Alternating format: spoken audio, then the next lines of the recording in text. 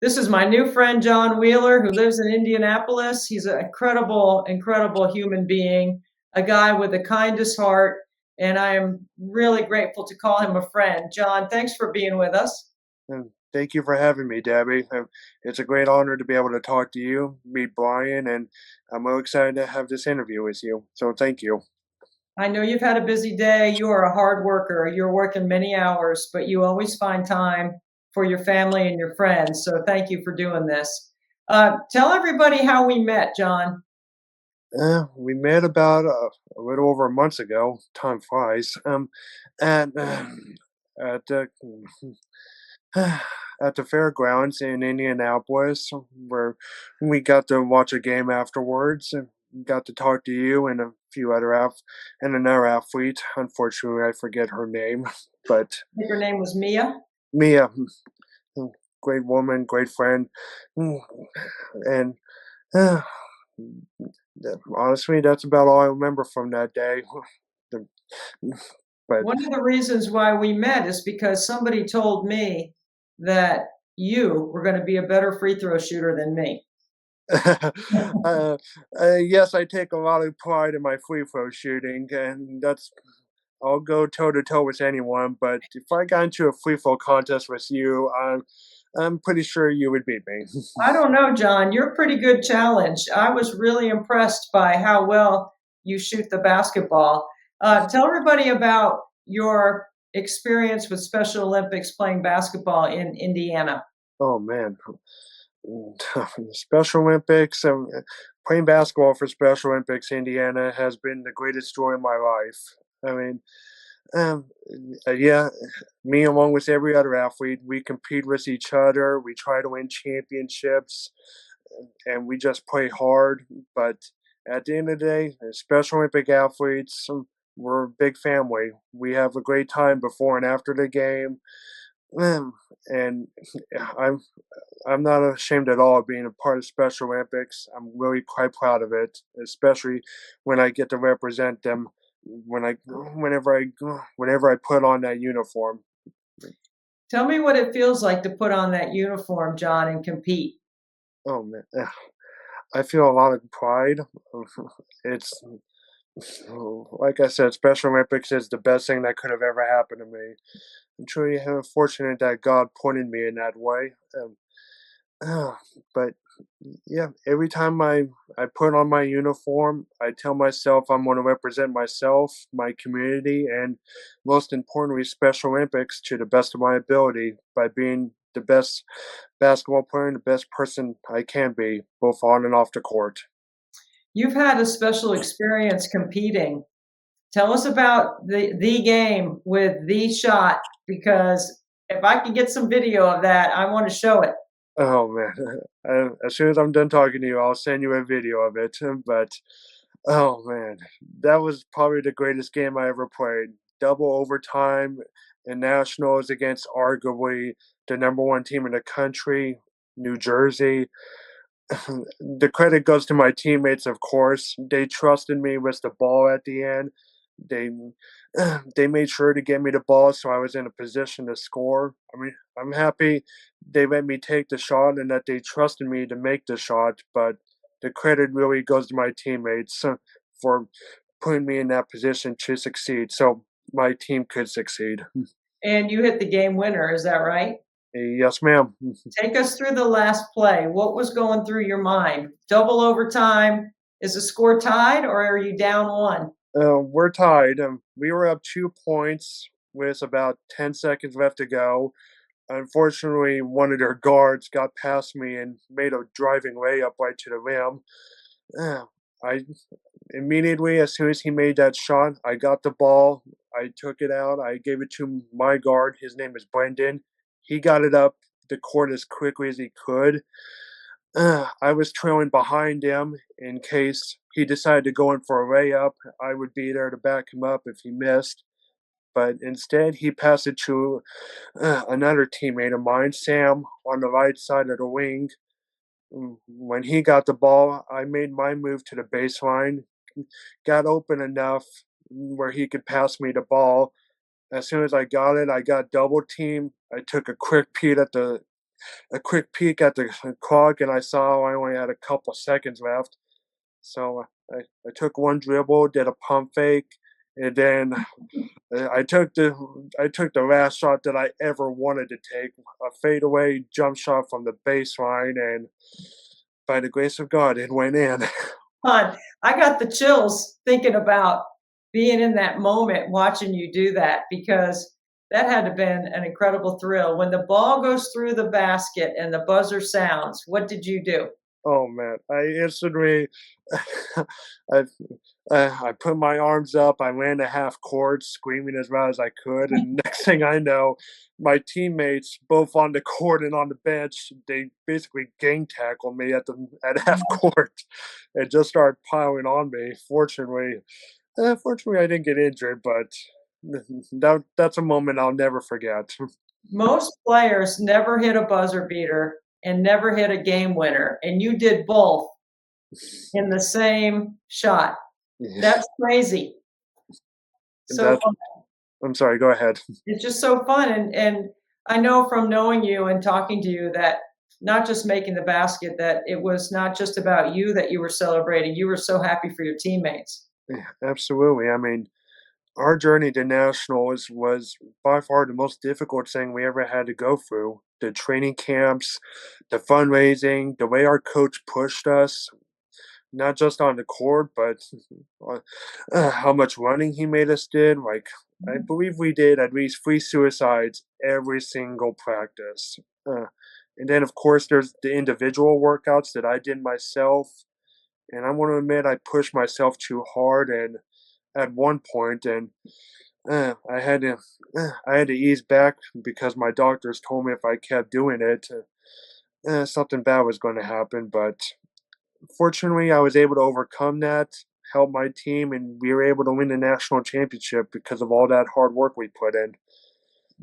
Every Special Olympic athlete wants to do their best, but sometimes along the way, there are some obstacles or some things that are challenges, just like all athletes or like everyone else that goes through a competitive situation. And you certainly are a great competitor, John.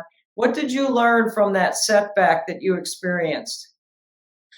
Oh man, I learned quite a few things from that. Like, yes, it's important to push yourself, to go as hard as you can, but the number one lesson I learned from that is I only have one body, and it's my job to take care of it. Yes, I want to compete. I want to compete at the highest level, but I also need to listen to my body, take care of it, and if it's telling me that it needs a break, I need to listen to it because I was one mistake away from not going to nationals because I wouldn't listen to my body and I wouldn't listen to my family because I was so determined I wanted to win. I almost lost everything. Well, I'm glad that you were able to go through that so that you could learn. So the next time when you get to that point where you know you have to listen to your body, you will, because you can see what happens on the other side when you get to experience the fun things you did at nationals. Um, Tell me about being an author, John. I know you've written a book. Tell everyone about your book. Well, I've written 2 books actually. With with 3 more on the way. I mean, being a writer, apart from being a basketball player, it's something I take a lot of pride in. It's something I'm really proud of. Um, um, yeah, my first 2 books were about my team and I winning the championship in 2019 and winning the national championship in 2022. But the next one, I'm working on 3 books right now. One is about my hometown in Morristown. How Mhm. uh, Another book I'm working on is about my journey through Special Olympics to get where I am today. But one book that I'm currently working on is probably my favorite book. I'm talking to other athletes from around the state, no matter what sport they play, and I'm writing down their stories and making sure they get the recognition they deserve. Because as great as I am, there are athletes all over the state who have done amazing things, even better than me. And I really believe they deserve recognition for all the great things they've done. But I'm sorry, I got off track. Back to your No, you're telling us what a great teammate you are. I love that. What is one of the good stories you've learned while you've interviewed these other athletes around Indiana? oh, one person especially comes to mind. Her name is Melanie Sow. I mean, she's a great friend of mine. We went to nationals together. I believe she did swimming. I could be mistaken, but she was down at nationals with me, and her story is just unbelievable. I mean, she is the first athlete in the state in the history of Indiana to not only become an athlete, but she is now the county coordinator for her county. I mean, for an athlete to accomplish that, that takes a lot of work, a lot of effort. I mean, she's an athlete I look up to immensely because of how much she puts her heart into her work. Well, And I can't wait to read that book. I bet the stories are going to be so inspiring. We all want some inspiration in our lives, don't we, John?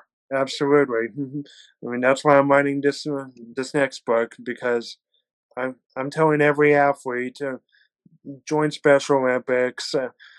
You're going to have another family, and you're going to have countless experiences that you're going to be able to look back on and just be real proud of. I'm so proud of you, John, for spending time sharing your story with us. If there's somebody that's listening or watching and thinks that maybe they could help Special Olympics, why would you tell them to do so? Because Special Olympics will change your life. I mean, no knock to the NBA or the NFL, pro athletes. I enjoy watching pro athletes, but you cannot measure the heart of a Special Olympic athlete. We play with sportsmanship. As I said earlier, whatever sport we play, when we're not competing with each other, we're a family. We look out for each other. We're there for each other. I mean, quick story. uh, back in back in 2022, before my team went to nationals, we competed in the state championship, and unfortunately, we lost uh, for a lot of reasons. We gave the other team, Boone County, a good game, but they just played better than we did, and we ended up losing. But after the game, they shook our hands. We shook their hands. We congratulated each other, and one of their players and a very good friend of mine. His name is Brandon Horton. He personally walked up to me and said, "John, you need to go down there and show everyone when you go to nationals that you guys are the best." And he had my back. His team had my back. I mean, Wow. I mean, how many teams after a state championship game do you go up to the other team and you tell them that? That That doesn't happen very often, John. You're right. and I've only seen it a handful of times, which is why I'm proud to be part of Special Olympics. Our sportsmanship and um, the way we talk to each other, it makes me real proud to be part of this organization. You make me proud to be a good friend and a great teammate. And that's what we're all looking for in life are really good teammates and everything that we do. And I would count you as one of a handful of really good teammates I have because you inspire me, you lift me up, you bring joy to everything you do, and you have such a great attitude. And that's going to help other people because you share your story. You're helping others understand Special Olympics is really important. It can make a difference. Yeah, thank you, Debbie, and I'm real glad I got to know you, and along with everyone else that I've met the past few months. Being a friend to you, it means a lot to me. So, thank you. Does to me too, John. Thank you for taking time to share your story with us on 24 Hours Nothing But Net.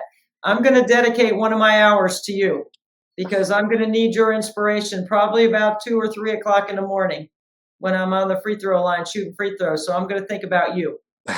Thank you, Debbie, and friendly competition. If you ever want a free throw contest, you'll probably win, but I like to go against the best. Bring it on, John. Bring it on, baby. I got it. Next time I see you, we're going to hit the line and we're going to make some free throws. Absolutely. Sounds good, Debbie. Thank Okay, you. thanks, bud.